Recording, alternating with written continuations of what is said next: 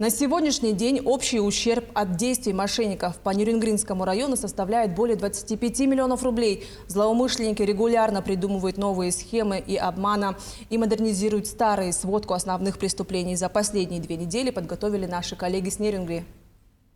16-летний нерюнгринец получил сообщение в социальной сети якобы от своей одноклассницы о том, что она разбила телефон и ей нужна помощь. Сначала подростка попросили отправить код из СМС, затем убедили взять телефон одного из родителей, в банковском приложении оформить кредитную карту и перевести деньги на продиктованные номера счетов. О том, что сын отправил 120 тысяч рублей неизвестным лицам, родители узнали только на следующий день и обратились в полицию. Основными схемами мошенничества, на которые попадаются наши граждане, остаются это звонки от имени сотрудников банка, сотрудников силовых структур, звонки от имени операторов сотовой связи, заработок на инвестициях, взломы страниц в социальных сетях, в менеджерах, рассылка сообщений от имени руководителей, купли-продажа на сайтах объявлений. 25-летний машинист конвейера лишился 40 тысяч рублей, решив приобрести водительское удостоверение через объявление в одной из социальных сетей. Оно оказалось фальшивым. Об этом мужчина узнал при проверке документов сотрудникам ДПС. 57-летний пенсионер отправил 93 тысячи рублей на несуществующий безопасный счет, когда изначально с ним связался лжесотрудник сотовой связи, сообщивший об истекающем сроке пользования абонентского номера и просил продиктовать коды из СМС для его продления.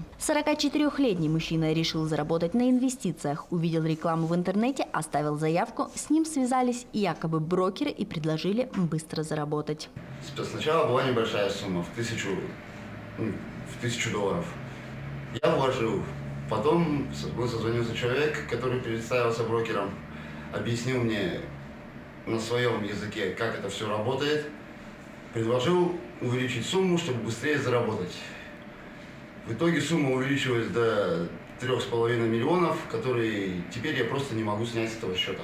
65-летняя жительница города Нерюнгри осталась с кредитными обязательствами после общения с мошенниками. Потерпевшая получила сообщение в мессенджере якобы от руководителя, где он сообщил о том, что проводятся проверки личных данных сотрудников и что с ней свяжется их проверяющий. По развитию дальнейшей схемы обмана женщина потеряла 500 тысяч рублей. Мне кажется, уже с каждого утюга рассказывают о том, что как действуют мошенники, какие надо меры.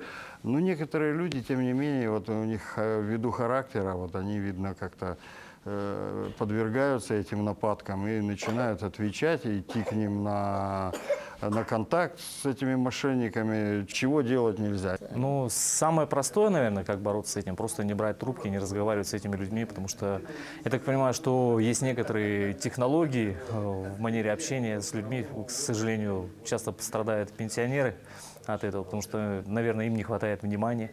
Об этом надо задуматься в первую очередь детям, чтобы почаще звонить, разговаривать со своими родственниками.